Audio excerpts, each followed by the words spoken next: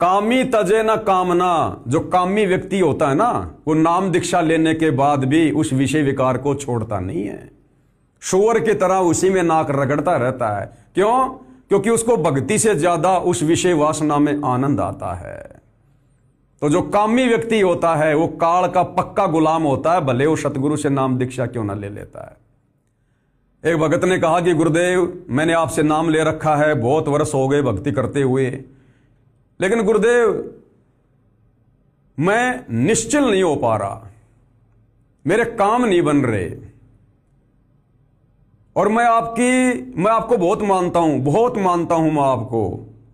तो गुरुदेव ने कहा कि बेटा, तू मुझे तो बहुत मानता है, लेकिन तू मेरी बात एक भी नहीं मानता। तो सतगुरु को मानने से बात नहीं बनेगी। चाहे सतगुरु रामपाल जी की गोद में जाके बैठ जाना सतलोक आश्रम धनाना में, सार नाम क्या, चाहे सार शब्द ले लेना। सतगुरु की बात मानने से, सतगुरु के सत्संगों पर अमल करने से, सतगुरु की वाणियों पर अपने जीवन को ढालने से बात बनेगी, मोक्ष मिलेगा। सतगुरु के पास दिन में 20 बार जाकर दंडवत करके आशीर्वाद लेने से बात नहीं बनेगी। जो विधि सतगुरु ने बता दी है काल के जाल को काटने की, इन विषय विकारों से दूर होने की, मोक्ष प्राप्ति की, उस विधि से बात बनेगी। जिस प्रकार रोगी व्यक्ति को डॉक्टर गोली दवा दे देता है और साथ में कुछ परहेज बता देता है, अब भैया वो गोली दवा खाओगे, परहेज निभाओगे तो रोग कटवाओगे, बाकी चाहे डॉक्टर के घर पर उसकी गोद में जाके बैठ जाओ, रोग नहीं कटेगा। तो जो व्यक्ति सतगुरु से नाम उपदेश लेने के बाद भी काम, क्रोध, लोभ, मोह, अहंकार यानी विषय वासनाओं से दूर नहीं होता है, ना हृदय हरिहेत, उसके हृदय में परमेश्वर के प्रति वो प्रेम कभी उमड़ ही नहीं सकता। जो प्रेम परमात्मा चाहते हैं कि भगत का मेरे प्रति, अपने सतगुरु के प्रति उमड़े, वो प्रेम कभी उमड़ ही नहीं सकता। वो केवल जुबान से परमात्मा परमात्मा कहेगा। जैसे परमेश्वर की वाणी है कि जो कामी होता है ना, कामी भगत, कामी केला वृक्ष है, अंदर से थोता, और सतगुरु कहत है ज्यों पिंजरे का तोता। जो कामी भगत होता है वो केले के पेड़ की तरह होता है, केले के पेड़ की तरह। केले के पेड़ का जो तना होता है वो थोता होता है, उस पर परत पर चढ़ी होती है, उसमें कोई मजबूती नहीं होती है। जैसे नीम का और बरगद का पेड़ होता है, वैसे केले का पेड़ नहीं होता। तो इसी प्रकार जो भगत भक्ति मार्ग पर भक्ति करते करते भी विषय वासनाओं में धसा हुआ है, काम वासनाओं का जो गुलाम है, सेक्स क्रिया में लगा हुआ है, वो केले के पेड़ की तरह है, केले के पेड़ की तरह। काल एक करद मारेगा, पूरा का पूरा तना धड़ से अलग है। तो कहते हैं जो कामी भगत होता है वो अंदर से भक्ति से खाली होता है। भले वो कितनी भक्ति करे, कितना मंत्र करे, कितना सुमरण करे, लेकिन केले के वृक्ष की तरह वो अंदर से थोता होता है, उसमें भक्ति धन जमा नहीं होता है। तो कहते हैं कामी केला वृक्ष है, अंदर से थोता। बाहर से भले वो भगत दिखाई दे, अंदर से बिल्कुल काल का गुलाम है वो। और सतगुरु कहत है जो पिंजरे का तोता, और बाहर से अपने गुरुजी को मेरे गुरुजी परमात्मा, मेरे गुरुजी कबीर साहिब, फलाना दिखना, वो तो उस पिंजरे की, उस तोते की तरह रटी रटाई बात बोल रहा, रटी रटाई बात। उसके हृदय में ये बातें नहीं है। तो कहते हैं कामी तजे ना कामना। जो काल का गुलाम भगत होता है ना, वो कभी भी काम वासना को नहीं त्याग सकता। सतगुरु की शरण में आने के बाद भी ये पहचान होती है। और ना हृदय हरिहेत, उसके हृदय में सतगुरु के प्रति वो प्रेम नहीं होता, हो ही नहीं सकता। क्योंकि जिसके हृदय में काल बैठा हुआ है, जब तक भगत काम वासना में रत है, संभोग क्रिया में रत है, उसके हृदय में सतगुरु बैठ ही नहीं सकता। क्योंकि उसके हृदय में तो वो गंदी जगह है, गंदगी। अरे कुत्ता भी अगर कहीं बैठता है ना, तो पूंछ से साफ करके बैठता है। सतगुरु तुम्हारे हृदय में कैसे बैठ जाएगा? अभी तो तुम्हारे हृदय में, मन में काल समाया हुआ है। जहां काम है वहां नाम नहीं हो सकता। जहां काम अपना काम करेगा वह सतगुरु का नाम काम नहीं कर सकता। दोनों चीज एक जगह नहीं हो सकती भाई, नहीं हो सकती बिल्कुल भी। आग और पानी की दोस्ती नहीं हो सकती है। तो काम वासना वाले भगत के निकट सतगुरु नहीं होता है, तो उसके हृदय में गुरु के प्रति वो प्रेम नहीं हो सकता। जिस प्रेम के चलते गुरु उस पर मेहर बख्शेगा, उसको ग्रेस मार्ग देगा, उसकी भक्ति को जमा करेगा, तो कामी भगत कभी भी अपने गुरु जी के प्रति अपने हृदय में वो प्रेम नहीं उपजा सकता जिस प्रेम की आवश्यकता होती है। जमपुर निश्चय जाएगा, फिर उस भगत के साथ क्या होगा? जमपुर निश्चय जाएगा। आप देख लो सतलोक आश्रमों से जुड़ी संगत की किस प्रकार दुर्गति से मौत हो रही है। भाइयों और बहनों, मुझे एक भी भगत ऐसा बता दो जो सहज मौत मर रहा हो। सब के सब अकाल मौत मर रहे हैं, क्योंकि ज्यादातर भगत काम वासना के गुलाम हैं। अगर काम वासना के गुलाम नहीं है, किसी मजबूरी वश, तो अन्य प्रकार की मर्यादा तोड़ रखी है, जिस कारण से हर भगत की कोऑर्डिनेटरों तक की कैसे दुर्गति से कुत्ते वाली मौत हो रही है जो सतलोक आश्रमों से जुड़े हैं। क्यों? क्योंकि भगत समाज अपने गुरु की वाणियों पर चल ही नहीं रहा है। तो ऐसा भगत जमपुर निश्चय जाएगा, काल के लोक में निश्चय जाएगा, सारे कुटुंब समेत। अब जब वो घर का मुखिया भगत ही काम वासनाओं का पुजारी बना हुआ है, काल का दास बना हुआ है, सतगुरु से उपदेश लेकर विषय वासनाओं से दूर नहीं है, तो बताओ फिर उसके परिवार के बच्चे कैसे सुधरेंगे? अरे फिर उसका परिवार कैसे सही रास्ते पे चलेगा जब वो खुद ही अभी सूअर की तरह गंदगी में नाक रगड़ रहा है? तो जो दुर्गति उसकी हुई है, आगे चल के वही दुर्गति उसके परिवार की होगी। यानी सारा का सारा परिवार कहां जाएगा? यमपुर, नरक के लोग। आगे परमेश्वर क्या कह रहे हैं? ये आदरणीय गरीबदास जी की वाणी है। कामी का गुरु कामनी जैसे मीठी खांड, और जोगनी जमपुर ले गई मारे बड़वे बांड। भाई और बहनों, ये लास्ट का समय चल रहा है, लास्ट का समय। इसलिए सतगुरु रामपाल जी दास का रिमोट ऑन करके ये खरी खरी बातें बुलवा रहा है। खरी खरी बातें सीधा सीने में चोट करेंगी।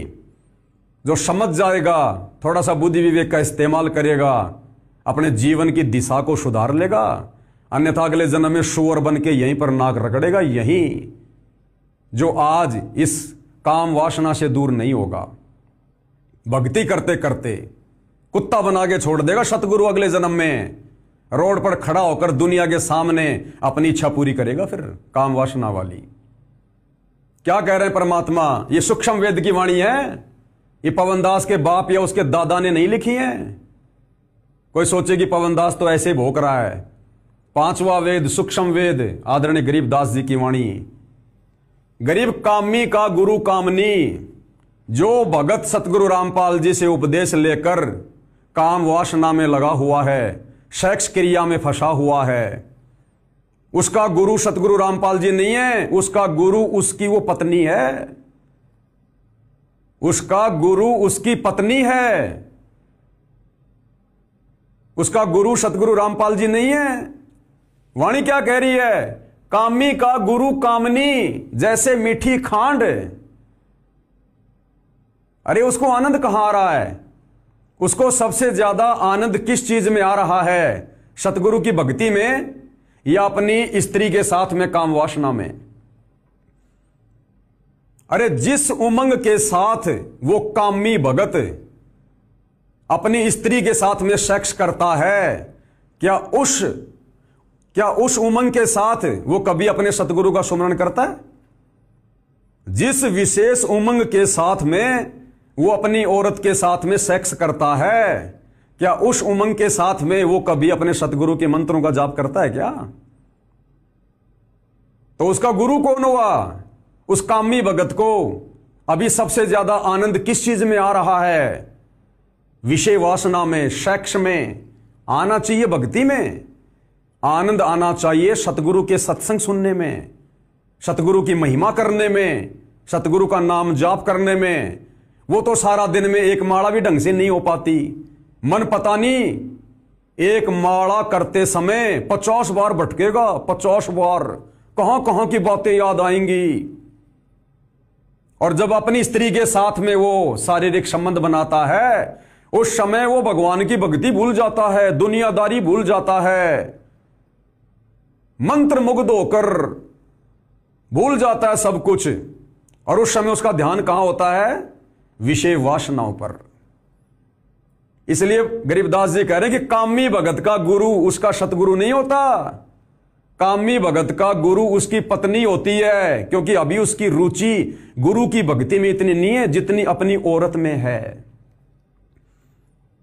अरे जितना ध्यान मगन होकर वो अपनी पत्नी के साथ में शारीरिक संबंध बनाता है, क्या उतना ध्यान मगन होकर वो भगत कभी सत्संग सुनता है?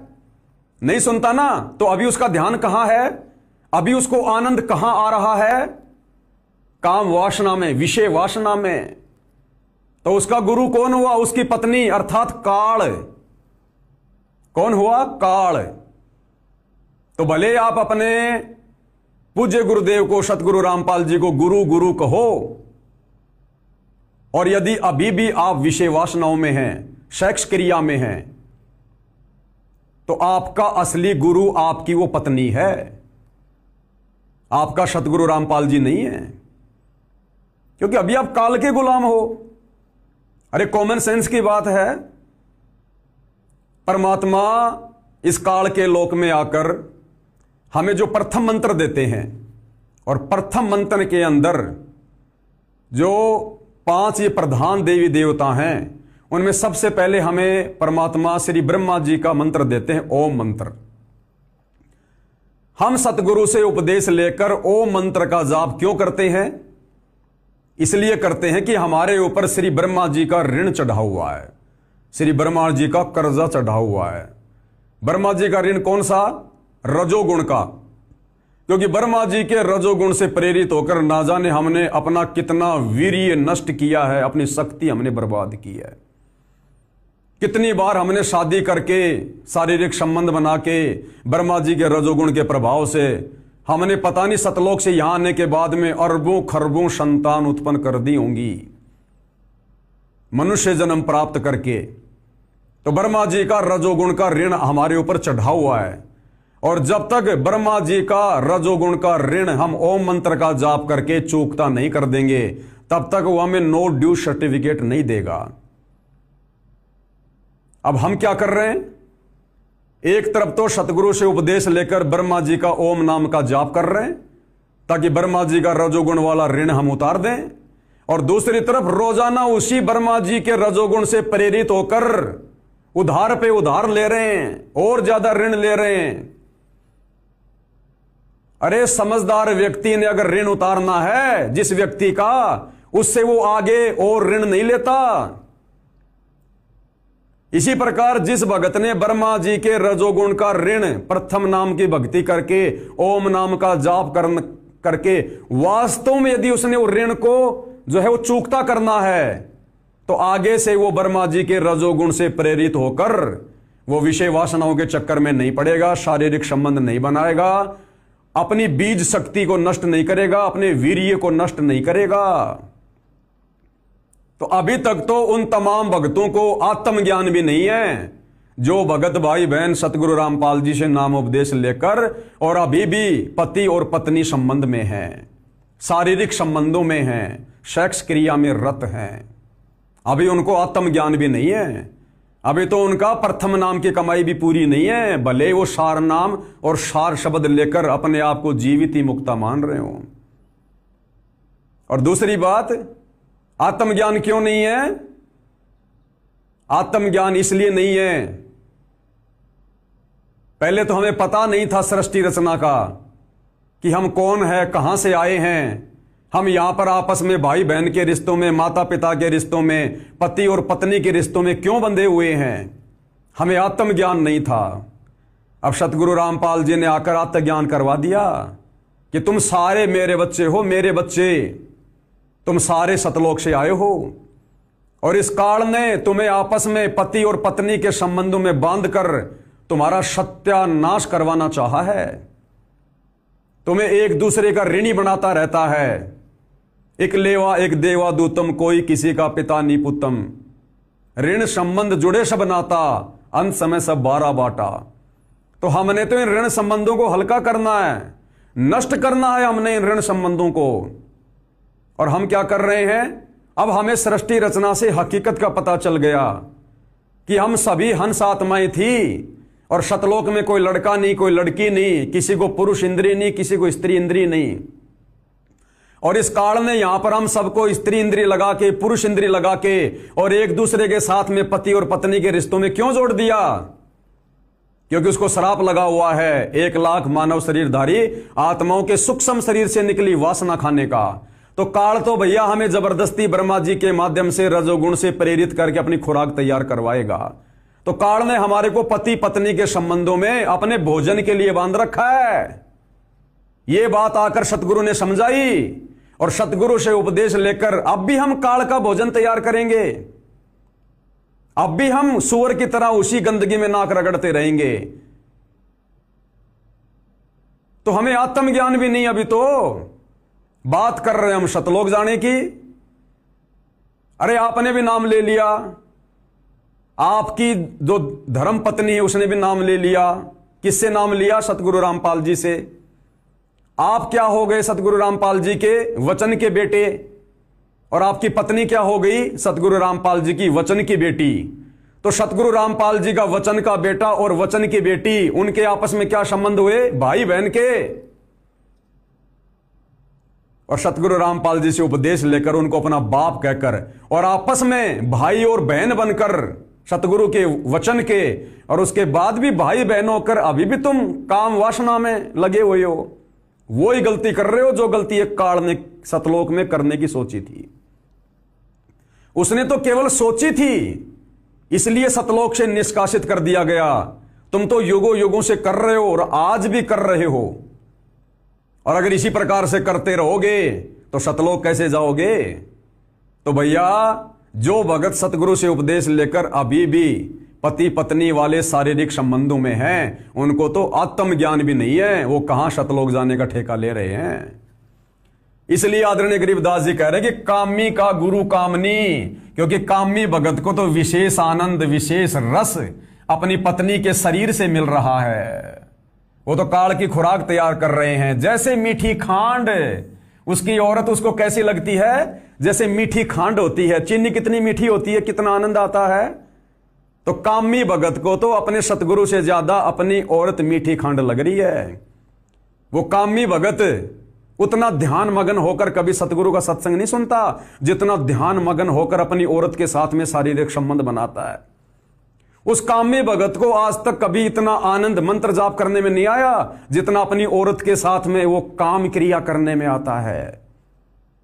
वो जितना उमंग में भरकर विषय वासनाओं में रोजाना वो गंदा खेल खेलता है ना, उतनी उमंग में भरकर वो कभी अपने गुरु की भक्ति नहीं कर रहा। तो फिर उसका असली गुरु कौन हुआ? उसकी स्त्री, उसकी पत्नी। सतगुरु रामपाल जी उसके गुरु नहीं। सतगुरु रामपाल जी तो आपके गुरु उस वक्त कहलाएंगे जब आप इस गंदे और घटिया कुकर्म से संकल्प लेकर अपने आप को मुक्त कर लेंगे, दरवाजा ही बंद कर देंगे। उस दिन देखना आपको सतगुरु की भक्ति में फिर कैसा आनंद आएगा, जैसे हम सत्सेवक भाई बहनों को आ रहा है। तब आपके अंदर भक्ति धन जमा होना शुरू होगा जब आप अपना पंचर बंद कर लेंगे। उसके बाद आप में इतनी दृढ़ता आएगी, इतनी हिम्मत आएगी, जो पिछले 11 साल से ये पवन दास और मेरे सत्सेवक भाई बहन दिन रात आप भगत भाई बहनों को समझा रहे हैं, अपनी भक्ति भी कर रहे हैं। उसके बाद हिम्मत आएगी भगत में। तुम सारे के सारे पंचर हो, सारे के सारे पंचर। इस आर जेल से विशेष संदेश में गुरुदेव ने बोल रखा है कि सारे पंचर लगा लो, सारे पंचर। इसका मतलब सब फूटे पड़े हैं, सब काल के गुलाम हैं, सब काल प्रेरित हैं। 120 साल आपके बाप, आपके पिता एक झोपड़ी में रहे, गर्मी सर्दी बारिश हो गई, हमारे लिए पड़े रहे, क्योंकि वो आते हमारे सद्बुद्धि देने के लिए, पर हमारे ऊपर काल का प्रभाव जबरदस्त है। उस काल के प्रेशर को इस आत्मा के ज्ञानता को हटाने के लिए ये सत्संग माध्यम है। भक्ति खूब कर ली, मर्यादा भंग होती रही तो खाक भक्ति साथ पंचर हो रहा है, हवा भरे जाओ उधर से फुर होती रहेगी। पहले मर्यादित हो जाओ, पंचर ला लो सारे, और फिर अपनी थोड़ी हवा आराम से भरो और देखना सारा काम ठीक हो जाएगा। बच्चों, आखिर तुझको कौन कहेगा गुरु बिना तो ज्ञान। तो आदरणीय गरीबदास जी कह रहे हैं कि भैया कामी का गुरु कामनी, और जैसे मीठी खांड, और जोगनी जमपुर ले गई वो तेरी पत्नी है ना, वो माया है तेरे लिए माया, और उस पत्नी के लिए उसका पति माया है। वो जोगनी तुझे जमपुर ले जाएगी, अंत में तुझे काल के लोक में ले जाके बैठेगी तेरे इन कुकर्मों के चलते। मारे बढ़वे भांड बढ़वे की संज्ञा दी है, बढ़वे और भांड की, उस भगत को जो तत्वदर्शी संत से उपदेश लेकर भी विषय वासनाओं में लगा हुआ है। वो तो बढ़वा भांड है, बढ़वा भांड। कहां अपने आप को दास कह रहा है, कहां अपने आप को भगत कह रहा है। अब तो भक्ति का उसमें एक जो है मतलब किरका भी नहीं है, किरका भी भले अपने आप को कितना बड़ा सेवादार कह रहा हो। ये परमेश्वर की अमरवाणियां हैं। ये ग्रंथ आदरणीय गरीबदास जी ने इस कलयुग की बिचली पीढ़ी वाले भक्तों के लिए लिखा है, भक्तों के लिए।